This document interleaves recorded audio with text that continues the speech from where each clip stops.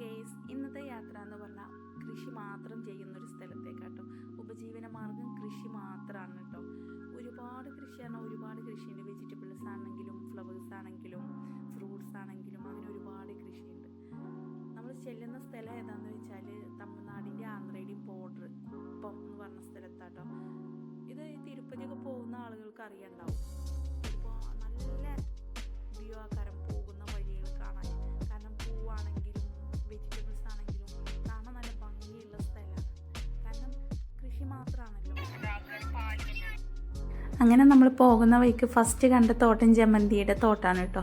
നല്ല white colour ജമന്തി കേട്ടോ, നല്ല പ്യുവർ വൈറ്റാണ് കേട്ടോ.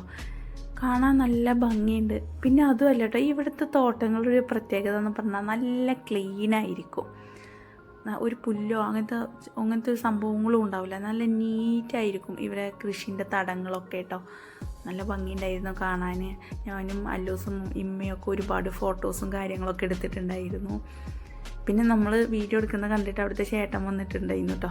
അപ്പോൾ നമ്മൾ അവരോട് ആദ്യം തന്നെ സമ്മതമൊക്കെ ചോദിച്ചിട്ടാണ് വീഡിയോ എടുക്കുന്നത്. കാരണം ഇവരിത് വരുമാനത്തിന് വേണ്ടി ഉണ്ടാക്കുന്നതല്ലേ. അപ്പോൾ നമ്മളത് ഇങ്ങനെ മോശമാക്കിയിട്ട് അങ്ങനെയൊന്നും ചെയ്യാൻ പറ്റില്ലല്ലോ. അപ്പം നമ്മൾ അവരുടെ സമ്മതമൊക്കെ ചോദിച്ചിട്ടാട്ടോ ഓരോ തോട്ടത്തിൽ നമ്മൾ കയറിയിട്ടുണ്ടായിരുന്നേ. പിന്നെ രണ്ടാമത് കണ്ട തോട്ടമാണ് മല്ലികയുടെ തോട്ടം. 2 കളർ മല്ലിക ഉണ്ടായിരുന്നു, മഞ്ഞ കളറും ഉണ്ടായിരുന്നു, ഓറഞ്ചും ഉണ്ടായിരുന്നു കേട്ടോ. പിന്നെ അപ്പുറത്ത് തന്നെ ഉണ്ടായിരുന്നു കനകാംബരം. പക്ഷെ അത് വല്ലാണ്ടൊന്നും പൂവിട്ടിട്ടില്ല. അതാ ഈ കാണുന്നതാണ് കനകാംബരത്തിൻ്റെ തോട്ടം കേട്ടോ. നിങ്ങൾ ഉമ്മീനെ കണ്ടിട്ട് അത്ഭുതപ്പെടുന്നു വേണ്ട. ഉമ്മി അവിടെ പോകുമ്പോഴും മാക്സിയാണ് കേട്ടോ ഇടുക. പുറത്തിറങ്ങുമ്പോൾ മാത്രം, അതായത് നമ്മൾ ഫുഡ് കഴിക്കാൻ അങ്ങനെ എന്തെങ്കിലും ഇറങ്ങുമ്പോൾ മാത്രമേ പർദ്ദ യൂസ് ചെയ്യുള്ളൂ. ഉമ്മക്ക് എപ്പോഴും കംഫർട്ട് മാക്സി കേട്ടോ. പണ്ട് മുതലേ ഉമ്മ അങ്ങനെയാണ് കേട്ടോ. പുറത്ത് എവിടെയെങ്കിലും പോവുകയാണെങ്കിൽ ഇപ്പോൾ ഒരു പച്ച കളർ സാരി ആണെങ്കിൽ അതൊക്കെ കറുപ്പ് കളർ ബ്ലൗസ് അങ്ങനെയൊക്കെയാണ് ഇടുക. അങ്ങനെയൊക്കെ ഒരു ഉമ്മയാണ് കേട്ടോ. പക്ഷെ ഭയങ്കര സ്നേഹം കേട്ടോ. അവിടെയും തന്നെ അല്ലൂസ് കുറേ നേരം കളിക്കുകയും ഫോട്ടോസും കാര്യങ്ങളൊക്കെ എടുത്തതിന് ശേഷം നമ്മൾ പോയിക്കൊണ്ടിരിക്കുകയാണ് കേട്ടോ. പോയിട്ട് പിന്നെ നമ്മൾ കാണുന്നത് ഇതേ തോട്ടങ്ങൾ പിന്നെയും നമ്മൾ ഒരുപാട് കണ്ടു കേട്ടോ. ഇതേ കളർ ജമന്തിയും കാര്യങ്ങളൊക്കെ.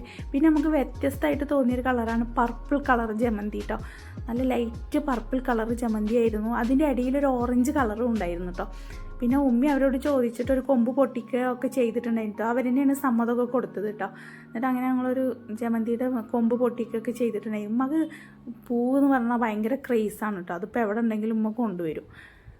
പക്ഷെ ഉണ്ടാവുമൊന്നുമില്ല, എന്നാലും ഉമ്മക്ക് അതൊന്ന് മുറ്റത്തിട്ട് നോക്കണം. എനിക്ക് ഈ ഒരു കളർ ജമന്തി ഒരു വ്യത്യസ്തമായിട്ടോ തോന്നിയത്.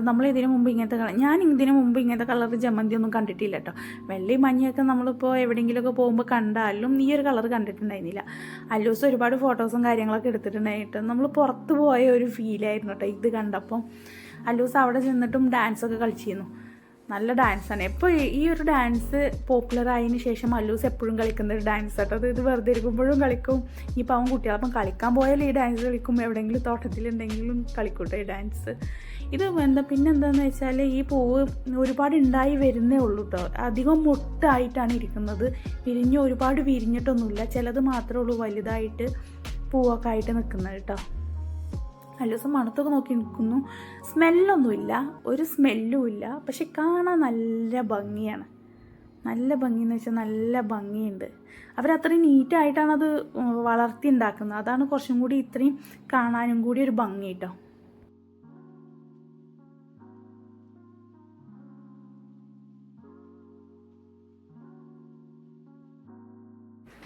ഫ്ലവേഴ്സ് മാത്രമൊന്നല്ല കേട്ടോ, വെജിറ്റബിളും കാര്യങ്ങളൊക്കെ ഉണ്ടായിരുന്നു. അങ്ങനെ നമ്മൾ തിരിച്ച് പോരുന്ന വഴി നമ്മൾ കുറച്ച് ഉണക്കമുളകും മല്ലിയൊക്കെ മേടിച്ചു കേട്ടോ.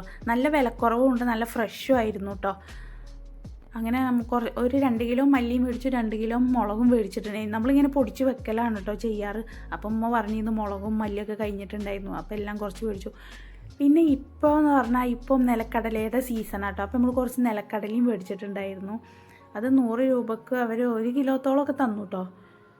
അത് നല്ല ടേസ്റ്റാട്ടോ. പുഴുങ്ങിയിട്ട് തിന്നുന്ന ആൾക്കാരും ഉണ്ട്, അതുപോലെ നമ്മൾ വറുത്തിട്ട് കഴിക്കുന്ന ആളുകളും ഉണ്ട്. നമ്മളത് പുഴുങ്ങിയിട്ടും കഴിച്ചു നോക്കി, വറുത്തിട്ടും കഴിച്ചു നോക്കി. രണ്ടും നല്ല ടേസ്റ്റാട്ടോ. അപ്പം നിങ്ങൾക്ക് ഈ വീഡിയോ ഇഷ്ടപ്പെട്ടാൽ നിങ്ങൾ മാക്സിമം നമ്മളെ സപ്പോർട്ട് ചെയ്യുക.